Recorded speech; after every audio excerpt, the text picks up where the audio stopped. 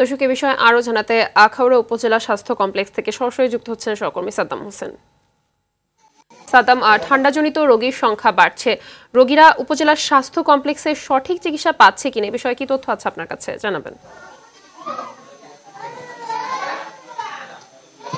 ঢাইনা, আপনাকে ধন্যবাদ। আপনি জানেন, যেমনটা আমরা দেখছিলাম আমাদের প্রতিবেদনে, ব্রাহ্মণবাড়িয়ার যে আখাউড়ার যে উপজেলা স্বাস্থ্য কমপ্লেক্স রয়েছে, সেই আমি কিন্তু স্বাস্থ্য কমপ্লেক্সে রয়েছি এবং এই গত কয়েকদিনে আমি এখানকার যারা দায়িত্বরত কর্মকর্তারা, চিকিৎসকরা রয়েছেন, তাদের সাথে কথা বলেছি।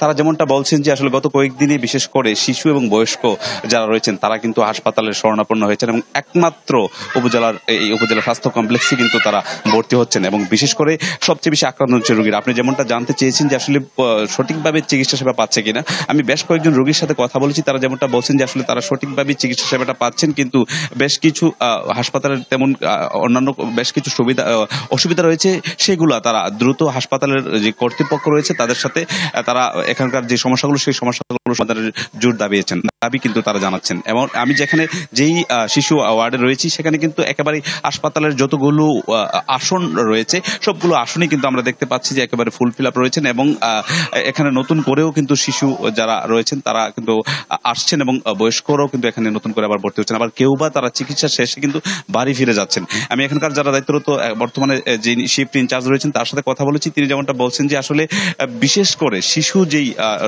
রয়েছে তারা কিন্তু হাসপাতালের শরণাপন্ন হচ্ছেন।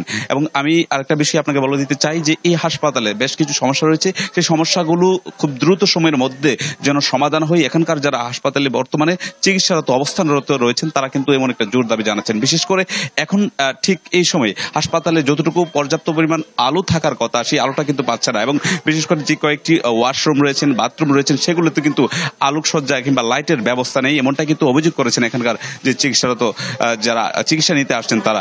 এবং এ বিষয়ে আমি এখানকার যে উপজেলা স্বাস্থ্য পরিবার পরিকল্পনা কর্মকর্তা ডাক্তার হিমেল খান, ওনার সাথে কথা বলেছি। তিনি যেমনটা বলছেন যে খুব দ্রুত সময়ের মধ্যে হাসপাতালের যে সমস্যাগুলো সেটি সমাধান করবে, এমনটাই কিন্তু তিনি আশ্বাস দিয়েছেন। তো ডাইনা, এই ছিল ব্রাহ্মণবাড়িয়ার আখাউড়া উপজেলা যে স্বাস্থ্য কমপ্লেক্স, এ থেকে আমার কাছে সর্বশেষ খবরাখবর। ধন্যবাদ আপনাকে।